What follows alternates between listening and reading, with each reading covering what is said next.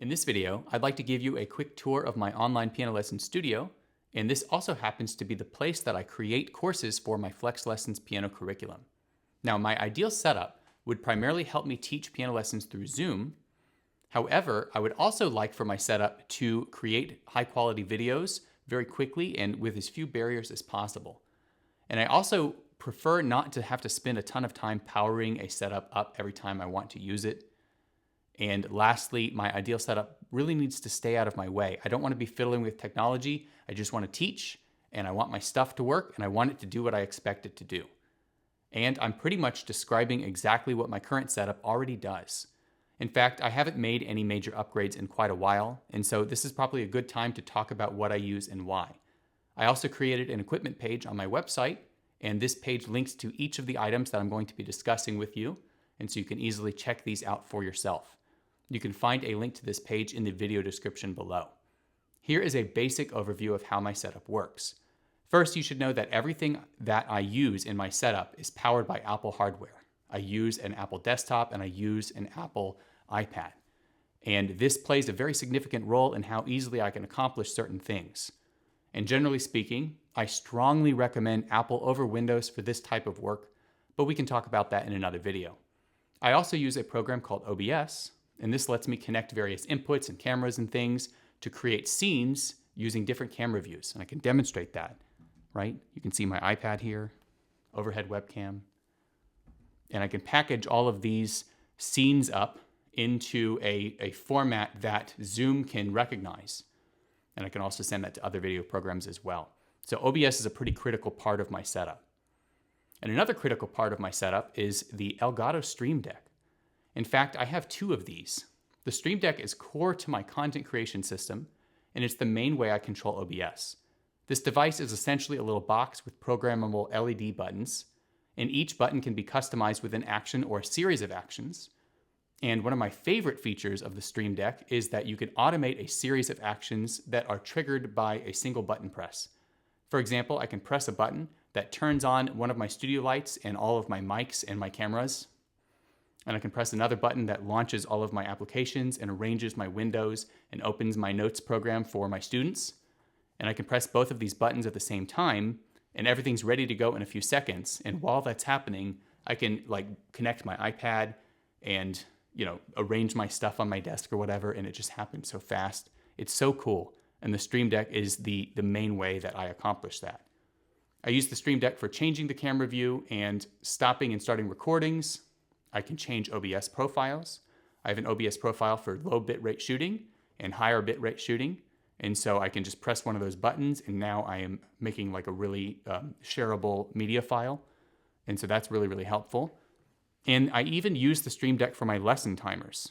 The Stream Deck is really an amazingly useful piece of technology.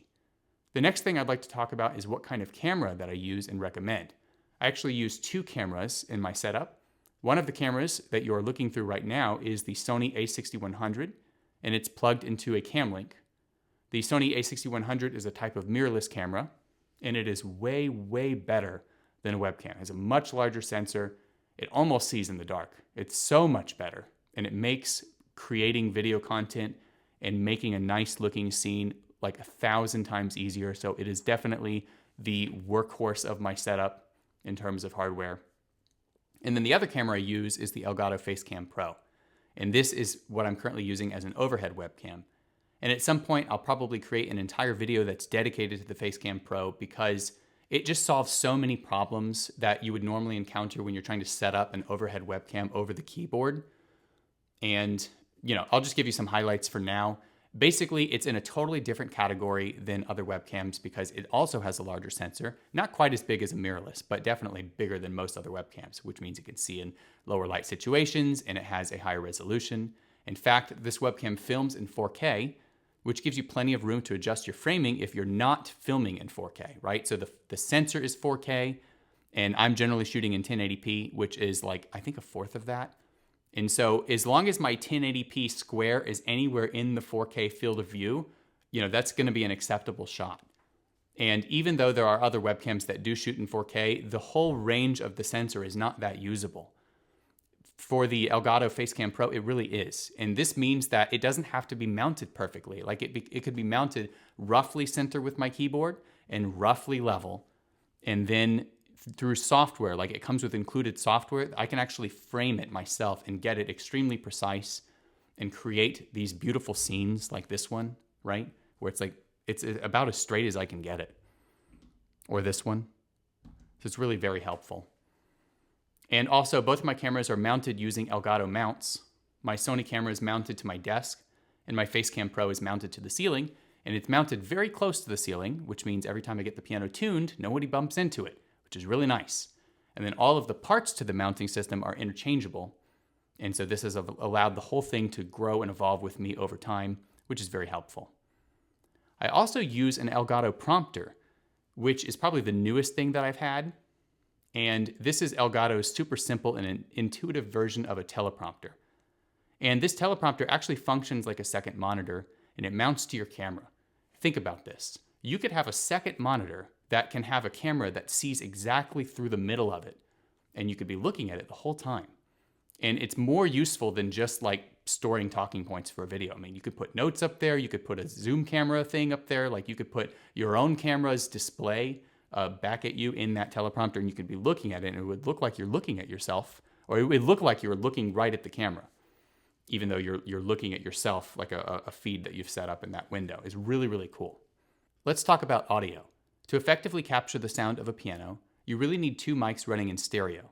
For this, I use a pair of Audio-Technica 2035s. There's nothing particularly special about these mics except for they have a very low noise floor, and in my opinion, they do a pretty respectable job overall. I also use an Audio-Technica 875R shotgun mic, that's this mic right here, and I use this to capture my voice. And then I take these three mics and I mix them down to a stereo signal using a Yamaha 10-channel USB mixer. And note that stereo audio does work in Zoom. You have to enable a couple of options to get it to work, but it does work. And if you are broadcasting in Zoom in a stereo signal, any student that's using a laptop or a desktop will hear it in stereo, especially if they're wearing headphones. They can really hear, like there's so much space that's created from a stereo audio image. And it helps with things like pedaling. It helps hear so much more detail. A lot of people don't know that Zoom can do that. And you can do that in real time. I mean, it's amazing. And of course, some students have similar setups, so I get to hear the benefit of that. It's really, really nice. So stereo is worth it for Zoom. And I think it's important to run a stereo setup if you're teaching piano. Another important thing to talk about is the use of headphones during online piano lessons. Whenever I need to hear something in detail, such as pedaling, or if I'm having trouble hearing a student overall, or if I just feel like I need to engage more, I'll put on a pair of headphones. Now, y'all are probably going to think this is ridiculous, but the headphones that I use and recommend are these, the AirPods Max. I know this is ridiculous, but I really, really like them. They're very, very convenient. The sound quality is really good. Obviously, they're wireless. They automatically connect to my Mac whenever I open the case and I put them on. And there's a little volume knob on the side of the headphones. And Zoom will automatically switch over the output to, or at least I have it set up that way, right? So when I put them on, automatically the audio gets routed through Zoom, and it's just very reliable. And I usually will put those on when I need to hear more detail. And because these headphones have a transparency mode, it sounds as if I'm not wearing any headphones. Now, I know these are probably way over the top for most people, but they represent a major convenience for me. Also, a more reasonable alternative would be a high-quality set of open-back headphones like the Sennheiser 598s or 599s. And so if you're not into the AirPods, then an open-back headphone is definitely your next best option. And these are necessary because you need to be able to hear the sound in the room. The open back feature of the headphones in particular is necessary because you need to be able to hear yourself, right? And so, don't use like other kinds of headphones because then your piano will be muffled and it won't be a good experience. And the quality of the lesson is improved so much by wearing headphones on the part of the teacher and the student that, like, if I had to pick one upgrade, it would be a pair of headphones for teachers and students, like a pair of open back headphones like Sennheisers or something. That is a very easy upgrade to recommend. Now, the next thing to talk about in my studio is the lighting. I use a Godox UL60 with a lantern softbox, and this is a professional video light. It's not that expensive. There's a lot of lights of this exact size, but this is the only one that does not have a fan in it. And I am just a stickler for avoiding products that are noisy because it ruins your footage or it makes you have to run like noise filters and things like that. So this light is totally silent and it can't make any noise, and it's absolutely wonderful. And I have it in a lantern softbox. And this light fills the room and it makes the lighting very soft and even. It makes my videos look significantly better compared to using standard lighting. And my favorite thing about this light is how diffused the light is with the lantern softbox, which makes it very comfortable to use when I'm teaching. I remember when I was using smaller lights, they would almost give me headaches, like there'd be this big like glare off in my screen, but I have the light set up right over here, and it's just very comfortable. I mean, I could look at it all day. I'm perfectly comfortable lighting the room up with this light. And you'll definitely need a heavy-duty C-stand or something to mount a light like this because it's so heavy, and the softbox also makes it a little heavy. I also use a small LED panel as a fill light on the other side of my face, and you can find these pretty easily on Amazon. For the area behind my piano, I use a small lamp with an aperture B7C bulb. Note that all of the lights that I've mentioned so far, including the B7C bulb, are designed to work on camera without flickering. So if you experience any flickering in your videos, you might need to go in this direction with your lighting. Lastly, I use a small Elgato light strip right inside my piano to light the inside of my piano in the area near the strings, just because I thought it balances out the shot a little better. Now that we've looked at mics, cameras, and lighting, it's time to talk about the computer equipment that powers this setup. The main device that pretty much controls everything that you see here is the Mac Studio with an M1 Max chip. This computer is really small and it's very quiet, and it handles anything I can throw at it rather easily. However, you could pretty much get by with any M-series Apple laptop or desktop, but the feature that makes this particular model unique for me is how many inputs it has, which means I don't need to worry about using a dock or having extra dongles or anything like that, right?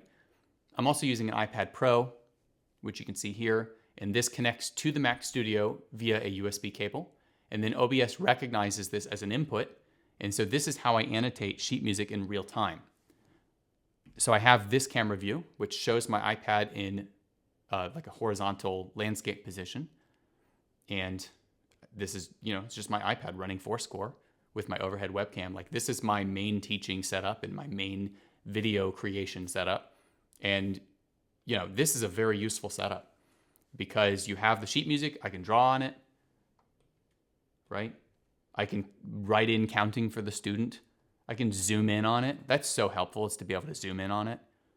And of course, I have everything else I need. So I really, this is one of the reasons I'm not having to fiddle with tech while I'm teaching. It's because I have everything I need in this window. And the connection between the iPad and the Mac Studio is what makes this possible. I also have a full screen iPad view. So if I want to get really obnoxious with how much I zoom in, that's really helpful. And really, I use this all the time. So that's just a quick demonstration for you. Lastly, and certainly least importantly, I'm using an Apple Studio display. This is not essential at all because I know they're stupid expensive, but it has great speakers, it looks really nice, and the 5K resolution makes text very clear and very easily readable. In fact, it's so readable, I can make out text on tiny thumbnail images without opening the files. That actually saves me a lot of time. I also love the auto brightness, and I love the auto true color features of it. And also I appreciate that the monitor gives me a couple of extra USB-C ports. There's almost no 5K displays on the market right now. And without getting technical, there's a reason 5K is very important. And there's 2 choices. So, I picked this one once I discovered that I wanted to go that direction. Again, this is a total luxury, just like the AirPod Max headphones. Lastly, you might be wondering about the other instrument that I have in the room.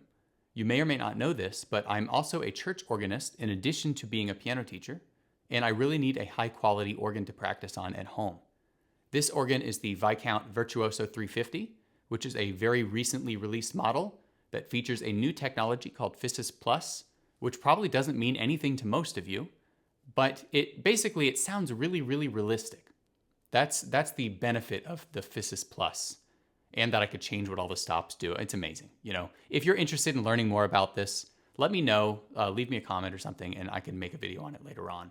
That's pretty much it for now. I'm very happy with how this setup has turned out. It really is my ideal setup. And if you have any questions about any parts of it, let me know in the comments below. Also, be sure to check out my equipment page in the video description. Thanks for watching.